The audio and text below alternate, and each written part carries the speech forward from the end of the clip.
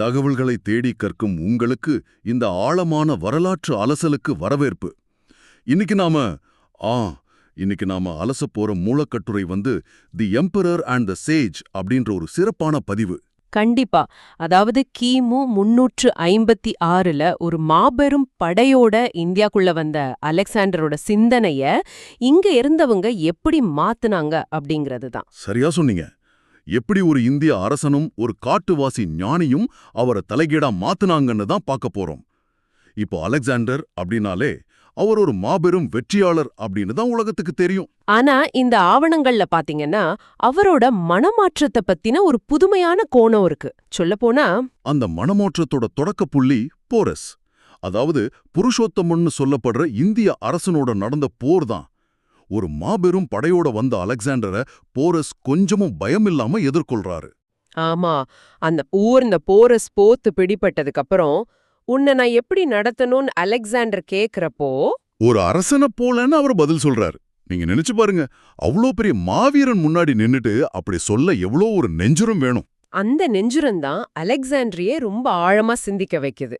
உயிருக்கு பயந்து மண்டியிடாம நான் இன்னும் அரசன்தான் அப்படிங்கிற போரஸோட சுயமரியாதைய இந்த ஆவணங்கள் ரொம்ப அழுத்தமா பதிவு செஞ்சிருக்கு. உண்மையான வீரம் ஆயுதத்துல இல்ல, மன உறுதியில தான் இருக்குன்னு அலெக்சாண்டர் அப்பவே உணர்ந்துட்டாரு.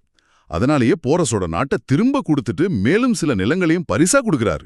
இதுக்கப்புறம்தான் தன்னோட குரு அரிஸ்டாட்டில் சொல்லி கொடுத்த மாதிரி ஒரு பெரிய தத்துவ பின்புலம் இந்த இந்திய வீரர்களுக்கு பின்னாடி இருக்கான்னு அவர் தேட ஆரம்பிக்கிறாரு. அந்த தேடல் தான் அவரை இந்திய காடுகளை நோக்கி பயணிக்க வைக்குது. அங்க ஒரு ஞானிய சந்திக்க போனப்ப நடந்த நிகழ்வு தான் இந்த ஒட்டுமொத்த அலசலோட உச்சகட்டம்னே சொல்லலாம். உறுதியா சொல்லலாம். வாசல்ல நின்னுட்டு நான் மாவீரன் அலெக்சாண்டர் வந்திருக்கேன்னு அவர் சொன்னப்போ அந்த ஞானி சொன்ன பதில் ரொம்பவே சுவாரஸ்யமானது. ஆமா, நான் செத்ததுக்கு அப்புறம் உள்ள வா அப்படின்னு அவர் சொல்றாரு. இதை கேட்கும்போது உங்களுக்கு ஒருவேளை குழப்பமா இருக்கலாம் இல்லையா? அந்த இடத்துல தான் ஞானி ஒரு பெரிய உளவியல் தத்துவத்தை உடைக்கிறாரு. நான் செத்ததுக்கு அப்புறம் வா அப்படின்னு அவர் சொல்றது அவரோட உடலை குறிக்கல. அலெக்சாண்டருக்குள்ள இருக்கிற நான் அப்படிங்கிற அகந்தை, அதாவது ஈகோ, அழிஞ்ச பிறகு உள்ளவா அப்படிங்கறது ரொம்ப நுட்பமா உணர்த்துறாரு. அந்த அகந்தைய உடைக்கிற மாதிரி அந்த ஞானி சொன்ன இன்னொரு விஷயமும் ரொம்ப ஆழமானது. என்ன அடையாளம் தெரியலையான்னு அலெக்சாண்டர் கோவமா கேட்டப்போ நீ எனது அடிமைன்னு அவர் சிரிச்சுட்டே சொல்றாரு. இதை கேட்டதும் அலெக்சாண்டர் எப்படி அந்த அவமானத்தை எதிர்கொண்டு இருப்பான். அந்த சிரிப்புக்கு பின்னாடி இருக்கிற உண்மை என்னன்னா, பேராசை எனக்கு அடிமை, அந்த பேராசைக்கு நீ அடிமை. அதனால நீ என் அடிமையின் அடிமைன்னு ஞானி ரொம்ப தெளிவா விளக்குறாரு. இது அலெக்சாண்டருக்கு மட்டும் இல்ல, இன்னைக்கு காலகட்டத்துல வெற்றிய தேடி ஓடி கடைசில நம்ம ஆசைகளுக்கே நம்ம அடிமையாகிற நமக்கும் இது ரொம்பவே பொருந்தும். ஆசைய துரத்துற இந்த பயணத்துல நாம எவை இழக்கிறோம் அப்படிங்கறதையும் அந்த ஞானி அலெக்சாண்டருக்கு ரொம்ப அழகா சுட்டிக்காட்டுறாரு. அதாவது அலெக்சாண்டரோட ஒட்டுமொத்த பயணம் மத்த நாடுகளை அழிச்சு ஆக்கிரமிக்கிற ஒரு படையெடுப்பு. ஆனா இந்திய மரபு எதை போற்றுதுன்னு அந்த ஞானி சொல்றாரு. மனிதர்கள் நலமா வாழ வழிகாட்டுற ஆயுர்வேதம், சித்த மருத்துவம் மாதிரி கலைகளை தான் இங்க இருக்கிறவங்க பெரிய பொக்கிஷமா நினைக்கிறாங்க. அதே சமயம் ராமாயணம், மகாபாரதம் மாதிரி இதிகாசங்கள் கூட மத்தவங்களை அழிக்கிறதுக்காக இல்லாம தற்காப்பு போர் நெறிமுறைகளுக்காக மட்டும்தான் அப்படிங்கிற ஒரு ஆழமான பார்வையை அவர் முன்வைக்கிறாரு. அழிவை நோக்கி அலெக்சாண்டரோட பார்வைக்கும் பாதுகாப்பை நோக்கிய இந்திய தத்துவத்துக்கும் இருக்கிற பெரிய வித்தியாசத்தை இது நமக்கு ரொம்ப அழகா படம் பிடிச்சு காட்டுது.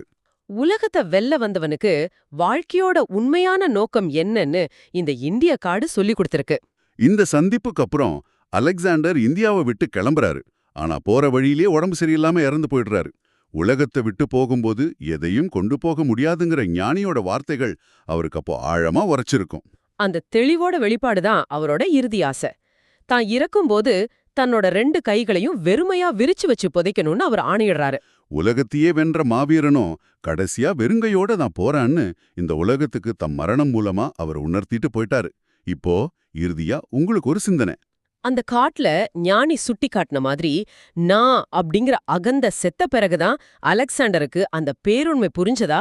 உலகத்தை வென்ற மாவீரன் இறக்கும்போது தன் கைகளை வெறுமையா விரிச்சு வைக்க சொன்னது அவனோட வாழ்க்கை பயணத்தின் தோல்வியா, அல்லது அந்த இந்திய காட்டுல அவன் கத்துக்கிட்ட இறுதி ஞானத்தின் வெளிப்பாடா?